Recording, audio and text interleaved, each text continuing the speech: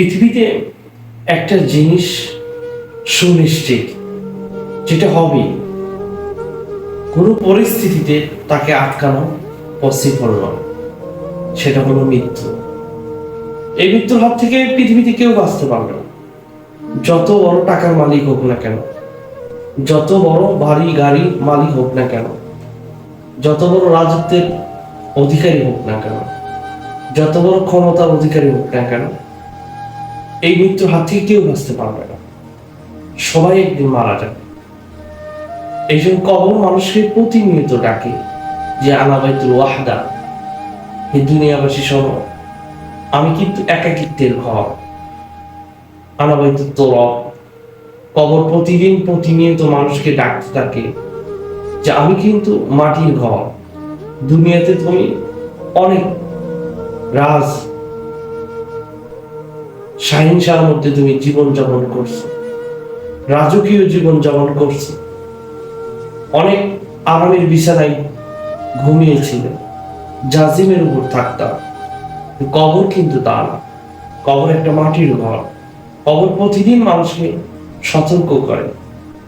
কবর বলে আনা বাইতুল গুরাব, আমি অপরিচিত ঘর, আমি কাউকে চিনি না। কবর কাউকে চিনে না।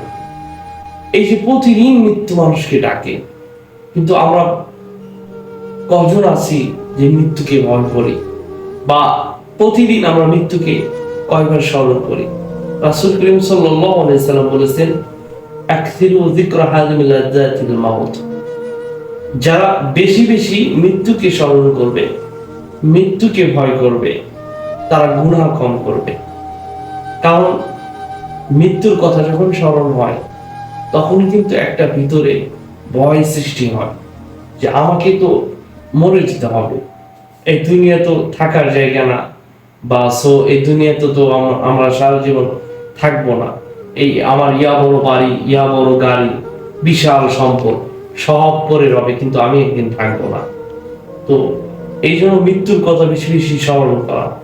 মৃত্যুর কথা যত স্মরণ করব, তত গুনাহ থেকে বাঁচতে পারবো, ঈমান বৃদ্ধি পাবে এবং ঈমানের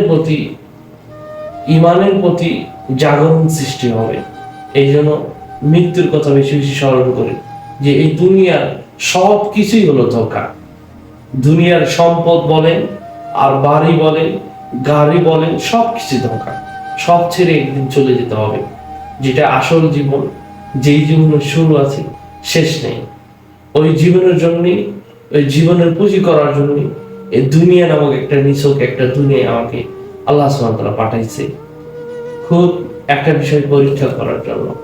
এখানে যদি আমি ভালো কাজ করি, তো আমি পরকালে এওয়ার্ড স্বরূপ জান্নাত পাবো।